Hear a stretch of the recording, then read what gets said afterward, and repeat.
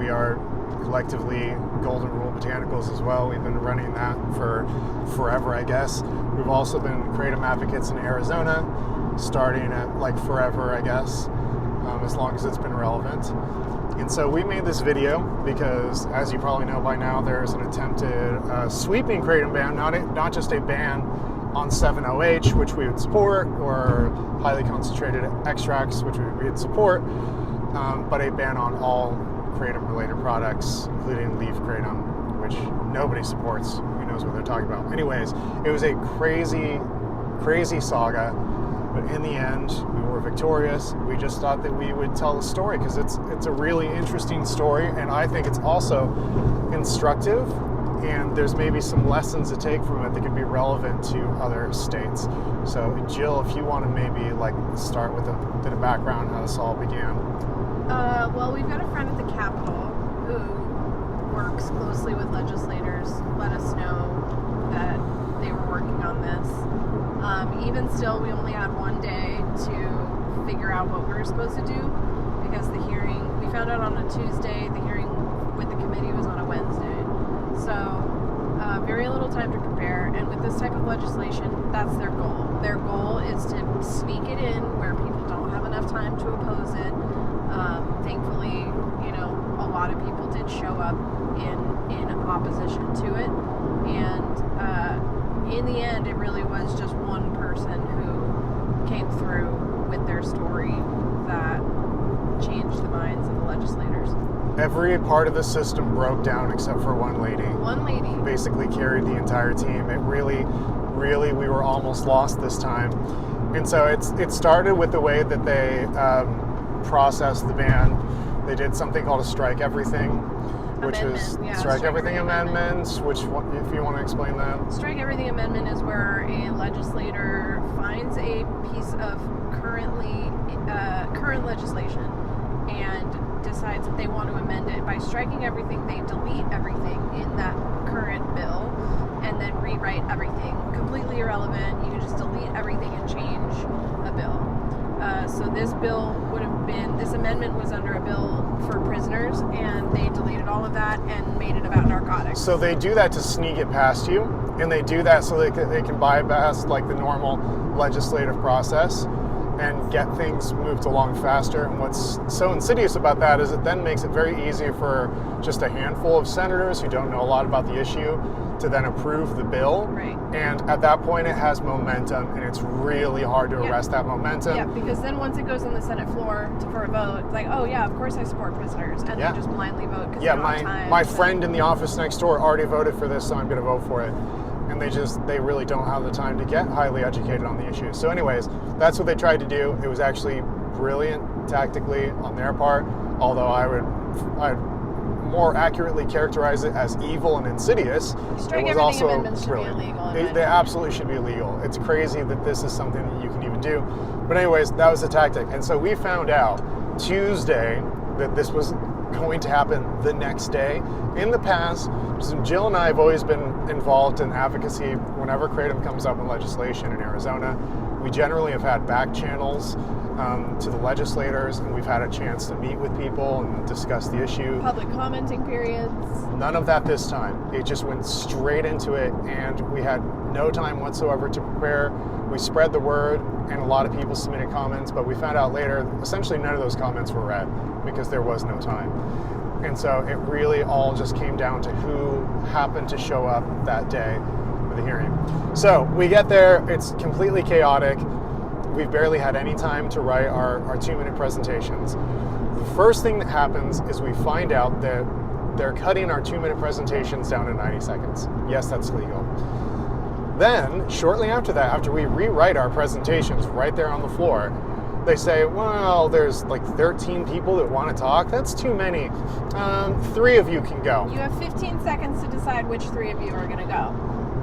Yeah, really, that's how it went down. And so there were 2 people that were already up at the front. And so Jill and I, we walk up there to start talking about this to the other people that are up front. And then the 2 people they walk onto the floor. And so now there's only one person left. There's only one slot left for a speaker. And And she asked us which one of us should speak. Here's just a brief backstory, and I immediately said you should just speak. I didn't even think twice about it. I said you need to speak. She was a pharmacist whose husband has been taking Kratom for 15 years. He's a veteran. That's all I need to hear. Disabled veteran. She's a pharmacist. It's a huge help to him. You know, he is absolutely crestfallen at the idea of losing it. So she's a very sympathetic character. She was very cogent. She's very well spoken and very compelling and very sweet. She has great energy, just aura coming off this woman. She came right up and answered questions that the other two people were unable to answer that the senators were asking. So she cleared up everything to the committee. Yeah, and so the first two people, that's the other thing, and this is part of why I want to tell a story. The first two people that went were worse than useless. So the first person that went essentially made the case that, well, I'm making a lot of money doing this, so you shouldn't ban it. And it was not compelling. Like, we had our hands and we had our faces in our hands, just like, oh my God, I can't believe this is happening.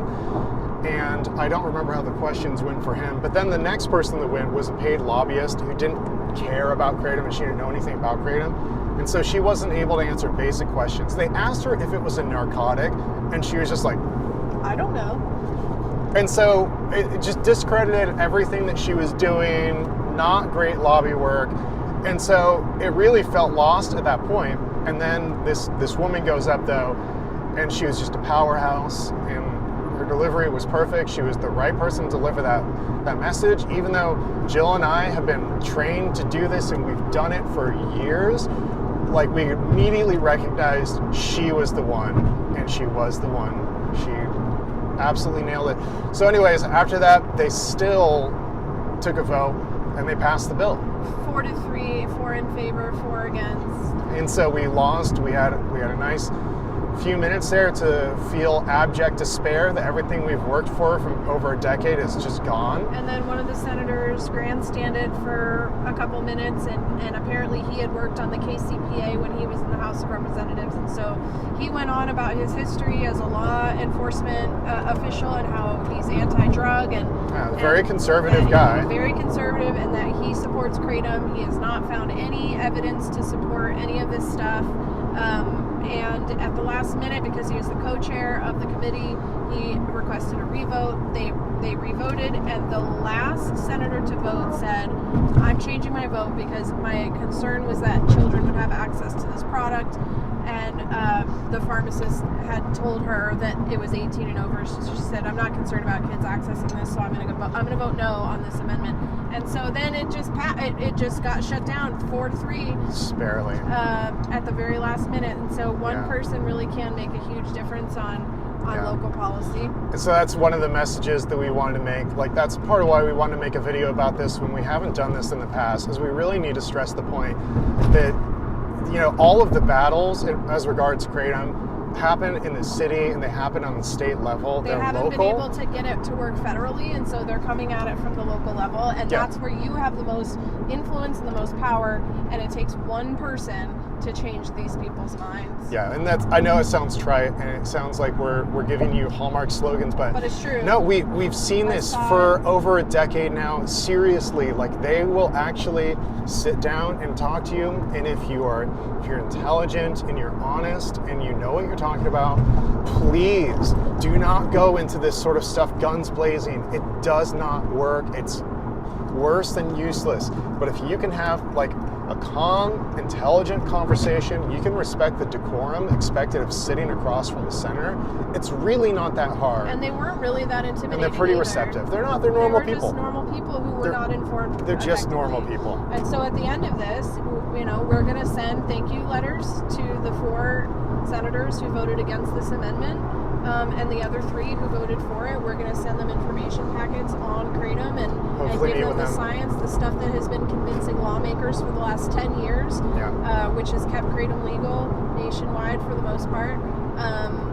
If we could just get them the information, then most people are on board for it. Yeah. So don't let down your guard. I know it's exhausting. Don't let them tire you out. It really... Don't get discouraged. Like, you actually, I know that it's so easy to get black-pilled these days, and all the media you consume tells you, like, the democracy is lost. You have no voice and all this stuff. But like, I get that regarding some federal stuff, it does feel that way.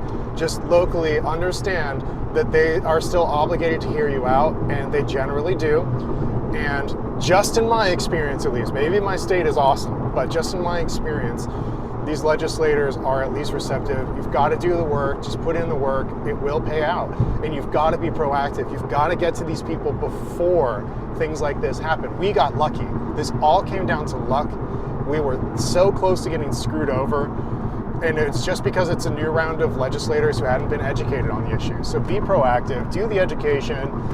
Also, I want to point out that a city in Kansas passed some legislation I'm very interested in the day before this happened, where they banned 7-OH without banning leaf kratom. That's the kind of thing that if we do that proactively, then I don't think we're going to have to worry about these overbroad leaf bans that are screwing over just like elderly people that have serious needs, who are having those needs met by a wonderful natural product.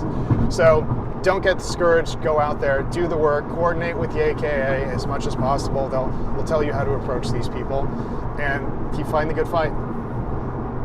Bye.